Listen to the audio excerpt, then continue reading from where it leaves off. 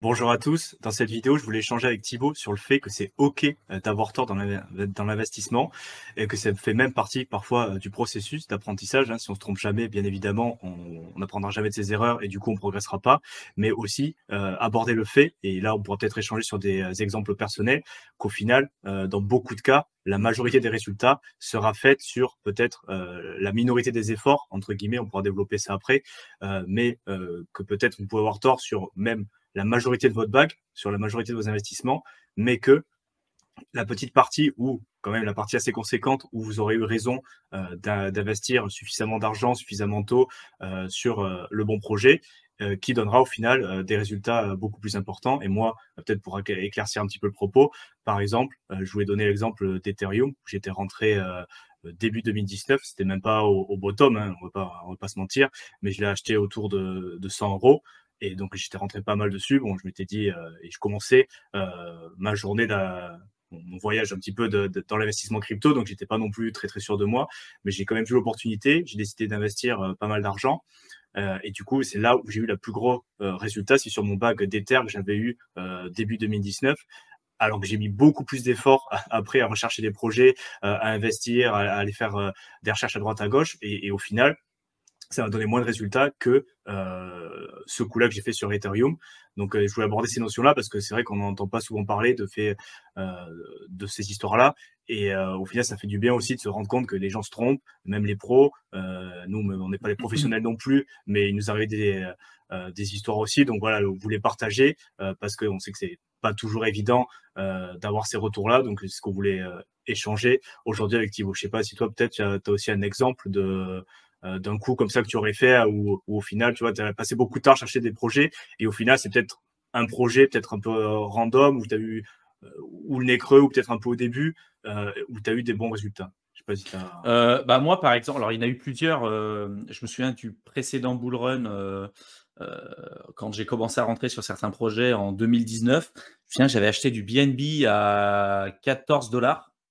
J'avais acheté de l'ADA à 1 ou 2 centimes à peu près, un et demi, 1 centime et demi, en 2019. De l'Ether, j'en avais acheté à moins de 100 €. Du BTC, j'en avais acheté à, c'était entre 2 500, 3 000, 4 000 $, tu vois, à peu près vers ces eaux-là. Donc en fait, il y a eu quand même énormément de projets sur lesquels je suis rentré à des niveaux super intéressants. Même le Link, je suis rentré à 1 € à peu près, lors du précédent, alors pas du précédent cycle, parce que là on parle du cycle, tu vois, de 2019, 2020, 2021.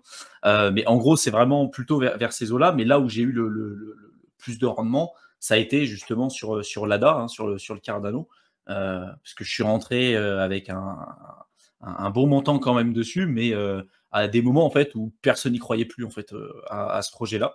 Et pour moi, c'était un edge parce qu'on ne savait pas si on allait avoir la sortie d'Ether 2.0, si on allait passer du proof of work au proof of stake, s'il allait y avoir un nouveau un bug, un hack, peu importe. Et pour moi, c'était un moyen de me hedger, de me protéger au cas où si ça ne se passait pas comme prévu. Et finalement, voilà, on a eu des super rendements. Après, il faut comprendre que aussi, dans la crypto, la grosse majorité des altcoins ne redépassent jamais leur précédent plus haut, surtout quand on a une baisse de 99% ou plus. Là, en général, ça pose quand même des gros problèmes. Il y a de très très peu de projets qui ont réussi à dépasser leur précédent plus haut lors des suites qui ont suivi, malgré une baisse de 99% et plus. Il y a eu Cardano, il y a eu AV, et il y en a eu un troisième, je ne sais plus lequel c'était. Je crois que le BNB au tout début a énormément baissé et il a réussi à dépasser son précédent plus haut, mais c'est très très rare. Et la grosse majorité des altcoins, malheureusement, ça se passe jamais comme ça. Il peut y avoir un pump lors d'un bull run, mais un pump qui est souvent bien moins significatif et bien moins important que le cycle qui précédait. Donc c'était aussi un risque que j'ai décidé de prendre à ce moment-là par rapport aux analyses que j'avais effectuées. Et ça faisait partie un peu des gros winners que j'avais eu lors du précédent bull run pour le coup. OK. Et du coup aussi, un autre point que je pense comprendre, c'est au fait aussi d'un côté, le fait de rentrer tôt, parce que sur ces prix-là, Ah ouais. en fonction du cycle précédent, comme tu as dit, je suis tout à fait d'accord qu'il y a la plupart des altcoins qui remonteront pas, mais dans un bear market, prendre des bons altcoins à un moment intéressant, pas toujours au bottom bien évidemment, mais dans une période d'accumulation, pourquoi pas. Mm. Au final, c'est là aussi que tu as le plus gros résultat. Et moi, ça m'arrive aussi, c'est pour ça que je comprends un peu cette thématique-là, parce que c'est, tu vois, au final, on dit rentrer sur le bon projet, mais aussi le timing, et c'est ce qu'on dit souvent aussi. La période où tu rentres, c'est aussi là où tu vas en faire les résultats. C'est pas en rentrant Ah ouais. en fin de C'est le cycle. prix d'achat. Ou Prix d'achat. clairement, et du coup, tu vois, ça c'est aussi un autre apprentissage et quelque chose qu'on raconte souvent, tu vois, c'est vraiment rentrer au bon moment, et tu as le plus gros des résultats qui sera fait aussi, et c'est pas forcément avec le plus d'efforts, mais aussi en rentrant au bon moment, tu vois, c'est profiter de ces périodes-là pour accumuler, même si c'est pas évident du tout, hein, parce que là, en ce moment, par exemple, théoriquement, vu ce qui s'est passé par le passé, mais c'est un bon moment pour accumuler des cryptos. On est en bear market, on se fait dérouiller de partout.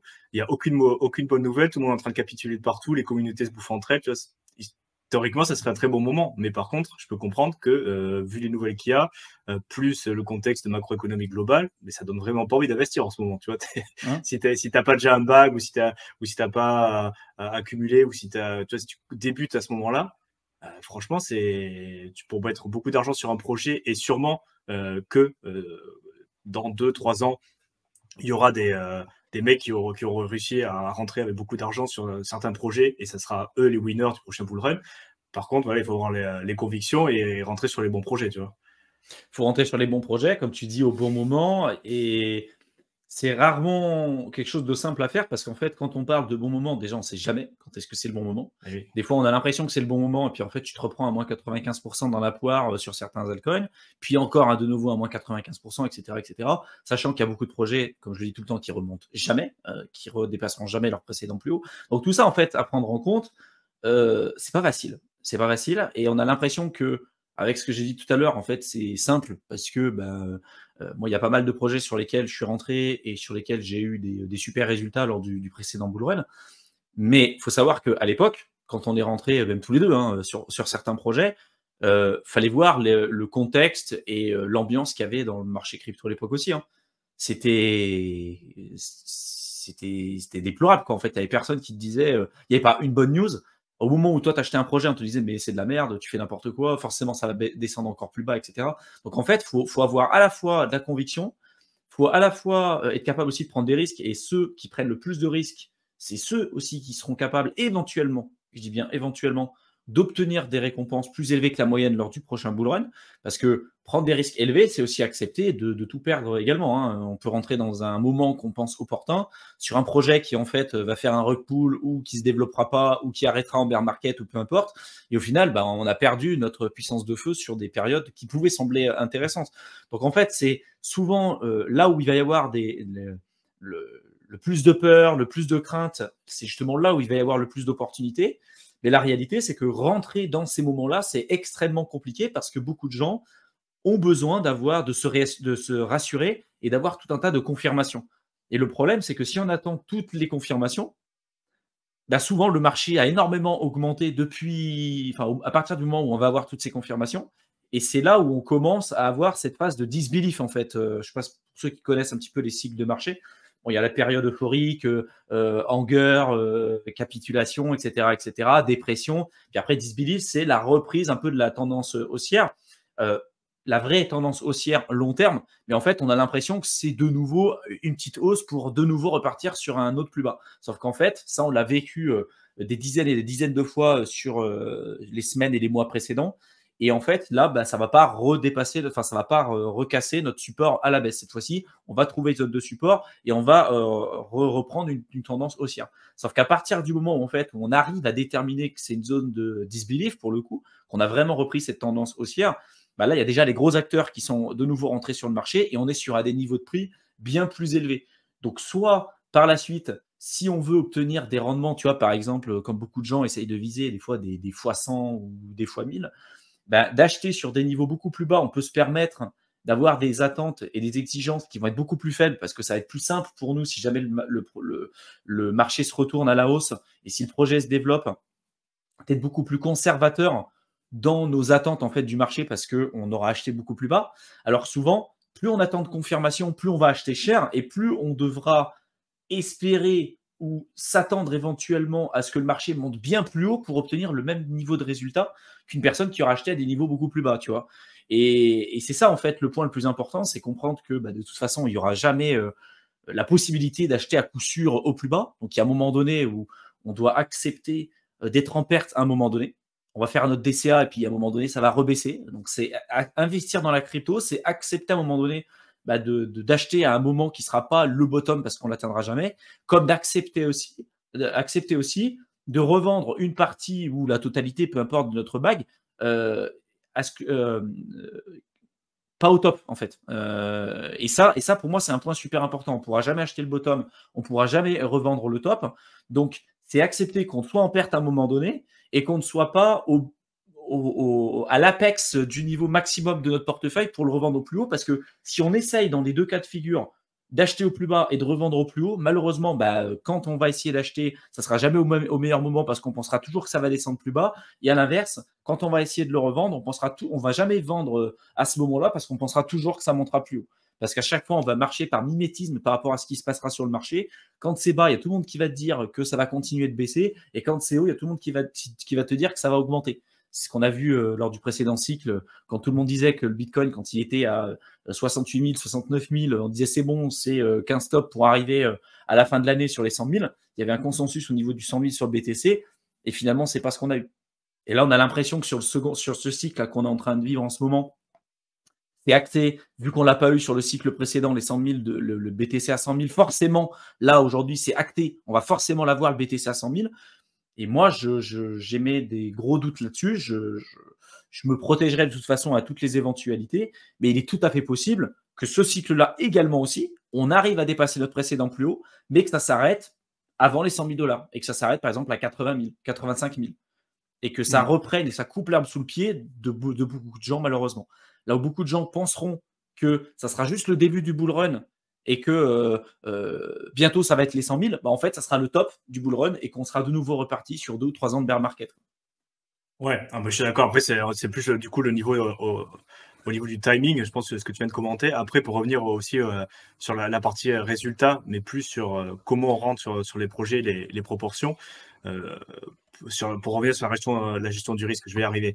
Mais du coup, c'est vrai qu'en rentrant au plus près du plus bas ou dans une période propice, dans tous les cas, par rapport au cycle précédent, et là où le marché se fait dérouiller un petit peu comme en ce moment, au moment où on tourne la vidéo, mi-septembre 2023, même si on a tort sur certains projets, et même sur, pourquoi pas 50% des projets, au final, vu ce qu'on a dit un petit peu, et attention, on va mettre des barrières, des guillemets encore une fois, pas se mettre en danger déjà en faisant les choses, qu'on puisse dormir la nuit tranquillement aussi, mais si on fait le travail de chercher les projets, d'investir dans des coins sérieux, parce que bien évidemment, si on rentre sur 50 coins en se disant il y en a bien qui vont marcher, mais c'est que des shitcoins, des vieux meme coins ou des rug pools, là vous pouvez tout perdre facilement, mais si on fait l'effort d'aller se concentrer sur des projets sérieux avec des vrais fondamentaux qui étaient déjà là sur le cycle précédent, qui continuent de construire, alors on va pas donner de recommandations encore une fois, mais vous imaginez bien qu'on parle pas du top 300 de CoinMarketCap, mais sur ces projets-là, si on a quand même une croyance dans le marché de la crypto, que les cryptos sont là pour rester,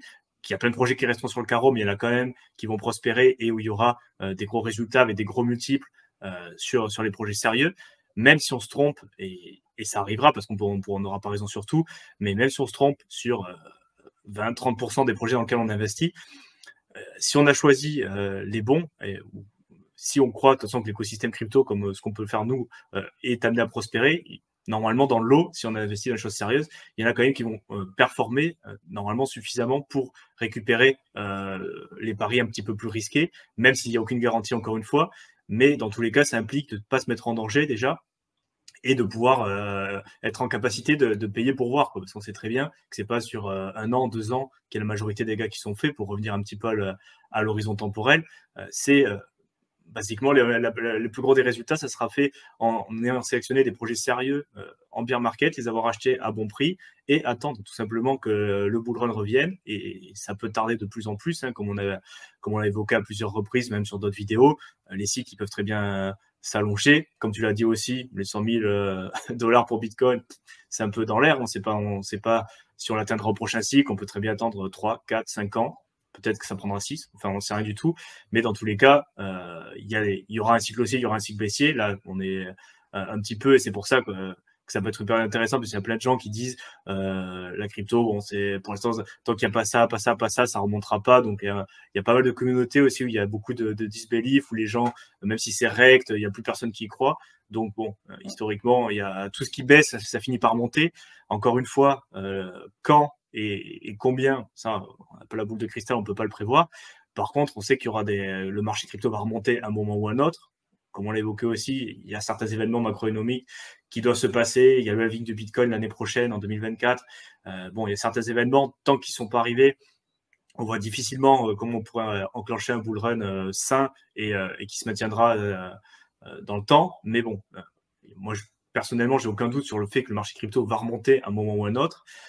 Et c'est dans ces périodes-là, et si on a fait son travail, ou qu'on est rentré sur des projets sérieux, où je pense qu'il y aura la majorité des gains qui seront faits. Après, bien sûr, ça demande d'avoir une stratégie, comme tu l'as dit aussi, d'entrer sur des périodes un peu plus basses et de sortir, pas se faire avoir, pas attendre le top et savoir reprendre des profits petit à petit. Mais dans tous les cas, la majorité des gains, ça sera sur rentrer au bon moment sur des projets de qualité et les holder. Parce qu'au final, dans la crypto-monnaie, ceux qui font le plus d'argent en tant que particulier et qui se font pas rect, c'est les holders. On va pas se le cacher non plus. C'est pas les traders, c'est pas ceux qui jouent sur les produits synthétiques ou qui font voilà ce genre de trucs où tu fais plein d'opérations, hein, où tu recherches plein de projets.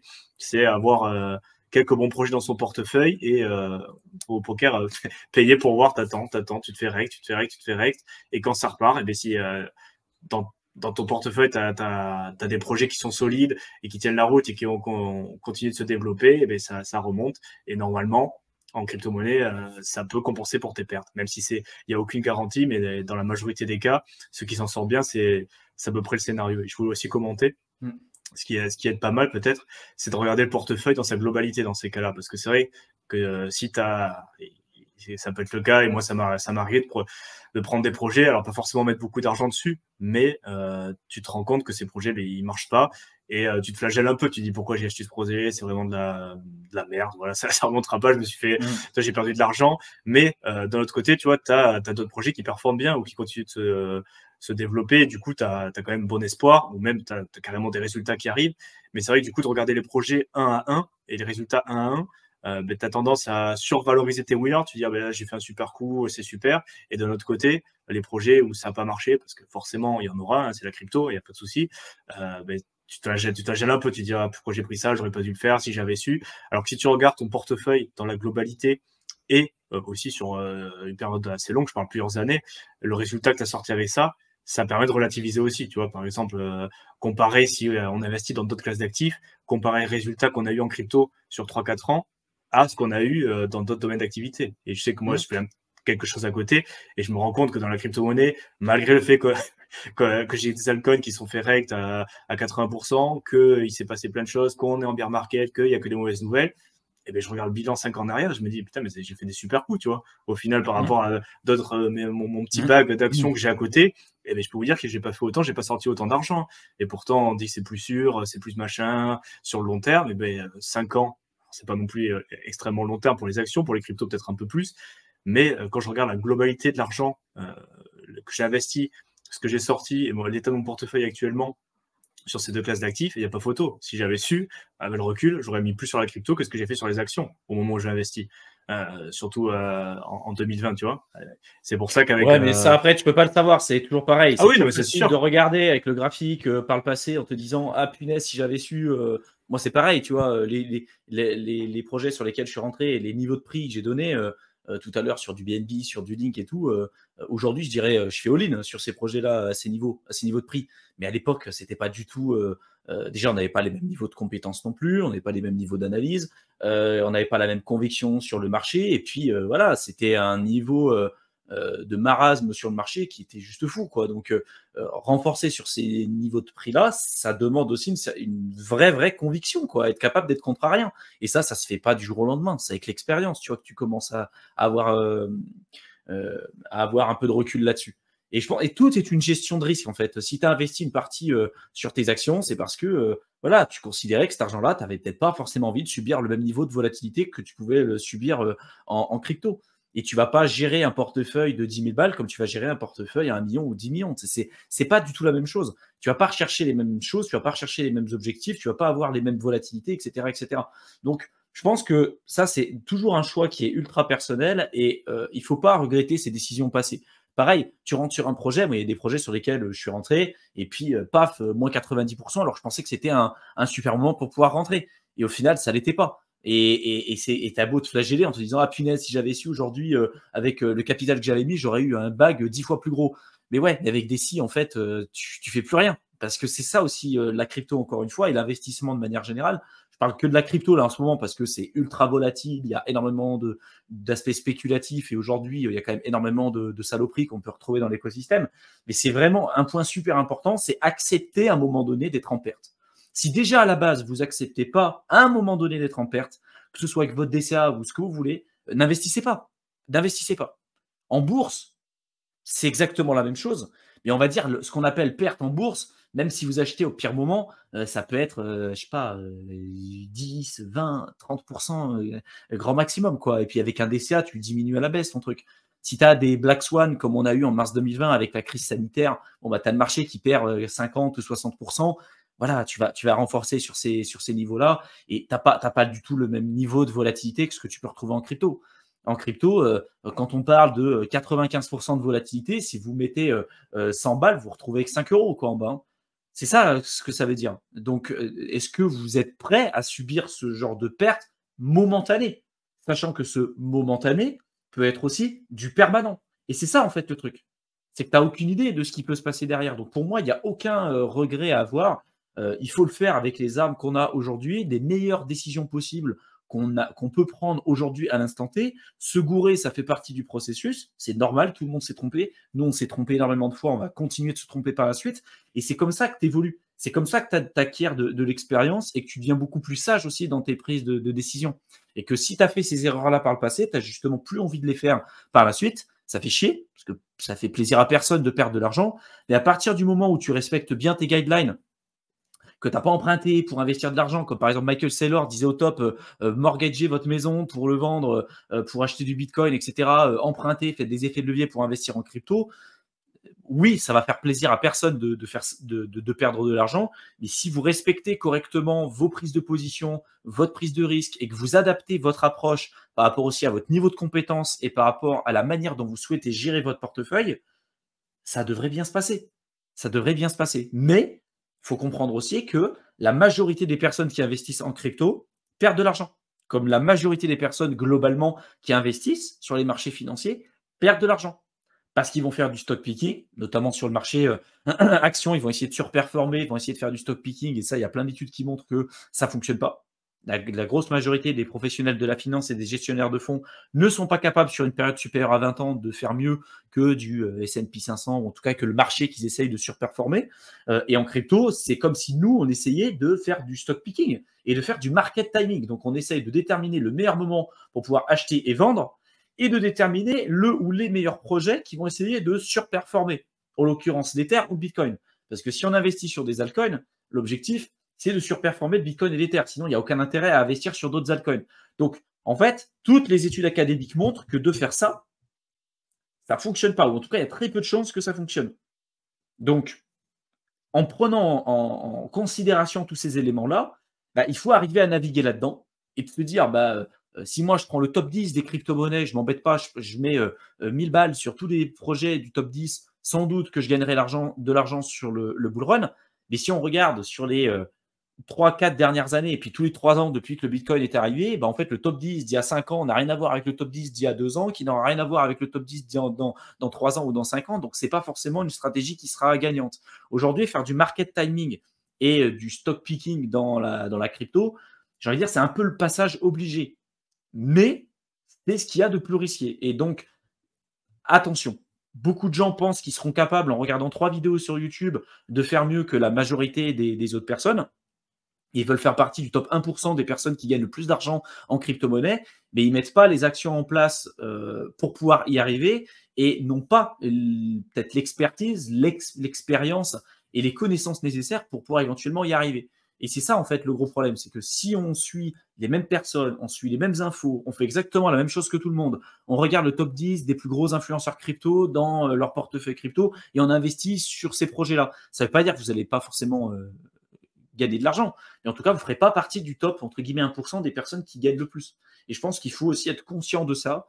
Et la meilleure personne qui sera capable de prendre les meilleures décisions, de toute façon, c'est vous-même. C'est pas nous, c'est pas, entre guillemets, les influenceurs que vous allez suivre ou ce que vous voulez. C'est vraiment vous-même. Et ça reste le point, selon moi, le plus crucial à avoir en tête. Ouais, carrément. Et puis en plus, j'ai envie de dire, est-ce qu'on a vraiment envie de faire partir du 1% qui gagne le plus d'argent en crypto? Non, parce que le t'as même pas 1% besoin. qui gagne le plus. C'est clair, parce que le mec qui gagne, c'est là, on parle même pas du fois 10 000, du fois 20 000, c'est vraiment des sommes d'argent qui sont colossales. Donc, je pense qu'il faut être raisonnable aussi et honnête avec soi-même. On n'est pas des traders hors normes et on n'a pas des capacités financières parce que si ceux qui gagnent beaucoup d'argent, c'est parce qu'ils sont capables de mettre beaucoup d'argent au début aussi. Hein, on va pas se le cacher non plus. Mais dans tous les cas, il faut être OK en ayant des résultats un peu mieux que la moyenne, parce que si t'es dans la moyenne, tu perds de l'argent, comme tu l'as dit, donc il faut quand même essayer d'être un peu au-dessus, mais tout en ayant une bonne gestion du risque, comme tu l'as dit aussi. Ce qui est OK, c'est d'avoir tort, c'est d'avoir pris des risques, conscientisé, je sais pas si ça se dit, mais bon, en pleine conscience de ses capacités, de sa situation, d'avoir pris des risques en accord avec ça et de s'être trompé. Par contre, ce qui est pas OK, c'est de prendre des risques complètement disproportionnés par rapport à ces situations. Si vous avez mis votre maison en hypothèque pour tout mettre sur un shitcoin, là du coup non, c'est pas OK d'avoir tort parce que vous êtes clairement mis dans une situation qui vous permettait pas de gérer votre risque correctement.